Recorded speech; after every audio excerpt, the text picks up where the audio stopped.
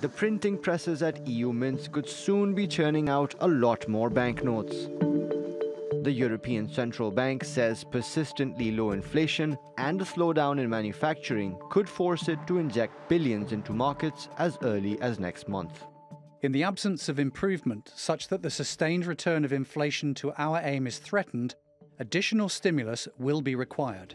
Between 2015 and 2018, the Eurozone's Reserve Bank pumped $2.8 trillion into the economic bloc, virtually without interest, encouraging businesses to borrow and grow. In December, Draghi announced the spending spree was ending, but 6 months later, it could be making a comeback. This is a stark contrast to what he mentioned just 2 weeks ago, which is that EU interest rates will remain on hold until the middle of 2020, that there wouldn't be any changes to policies. So markets are excited by this development. If there's more money to go around, prices for most products and services will go up. That includes stocks, and investors were loading up soon after Mario Draghi's comments. But not everyone's happy with the ECB's about turn. US President Donald Trump says it gives the EU an unfair advantage. Mario Draghi just announced more stimulus could come, which immediately dropped the euro against the dollar, making it unfairly easier for them to compete against the USA. They've been getting away with this for years, along with China and others. For months, Trump's been urging the US Federal Reserve to cut interest rates. The Fed's expected to announce its plans later this week, and that could set the printing presses in motion not only in the US but in many other countries as well. Mobin Nasir, TRT World. And for more on this, Steve Keen joins me now from Amsterdam. He's an economist and former professor of economics at Kingston University London.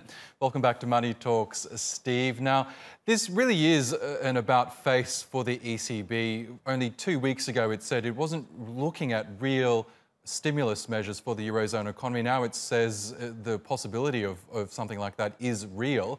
Do you think this would be the right move for the ECB? Well, I mean, it's an inevitable move because when you're in a badly designed boat that's sinking, you've got to continue bailing it out. And that's what's going on here. The European Union, the Euro is always badly designed. Wynne Godley back in 1992, right after the ink was just drying on the Maastricht Treaty, said that it would lead to permanent deflation. And he's been dead right. It's a deflationary concept of a currency. So they're forced to continue trying to reflate a deflating system. And yes, this is the only real option he has. He'll keep on being pushed back into this, much the way as Japan was ever since the bubble economy burst 15 years ago, but with the added handicap of the stupid design of the euro. Right. Well, as we know, the ECB embarked on a huge bond buying program for a few years up until last December, spending around $3 trillion snapping up bonds. Now, clearly, those measures haven't worked as well as the ECB had hoped. Inflation is still anemic, as is economic growth across the Eurozone. What will make this a stimulus program this time around any different? Nothing. It'll be the same sort of thing. I mean, what they're doing is pumping up the financial sector, as my good friend Warren Michael Hudson puts it. They're helicopters jumping on Wall Street rather than Main Street. And yet they say they're trying to stimulate Main Street. If they really wanted to stimulate the actual real economy, rather than buying bonds off the financial sector, they'd been pumping money into private bank accounts, which they could have the capacity to do. But of course, that's the last thing they want to do. So basically, every $1 trillion it pumps into the financial sector, maybe 100 billion turn up on the real economy. It provides a very weak stimulus at great expense while inflating share prices, which benefits those who own them, but of course increases inequality, which is another major problem for the Eurozone. Interesting. Now, as we mentioned, Donald Trump was quick to vent his anger on Twitter over Mario Draghi's comments, saying that it would make it easier for Europe to compete against the USA. What does he mean by that, and does he have a point?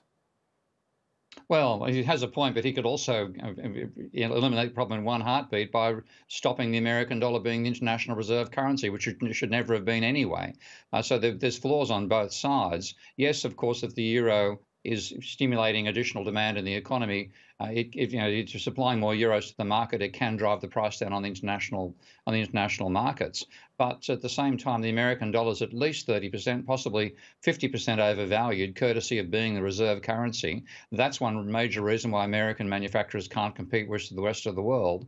If it ceased being the reserve currency, its price would fall far more dramatically than he get the euro to fall right now, and he would have a winning edge. But of course, that's the last thing Donald Trump will do, because he wants to say he's got the biggest and best currency. Now, we also know that all eyes will be on the US Federal Reserve's latest two-day policy meeting. Donald Trump has been piling on the pressure on Jerome Powell to cut US interest rates. What do you think will happen at the end of that?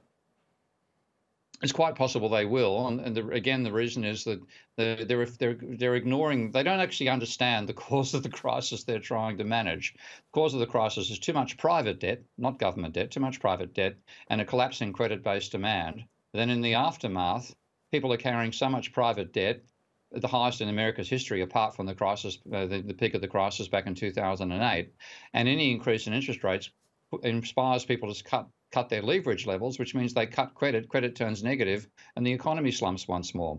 So I expected them to be forced to reverse direction, and it isn't Donald Trump alone that's doing it. It's the fact that when they put the rates up, they cut back on credit-based demand, and much to their amazement, that actually reduced aggregate demand and caused a downturn.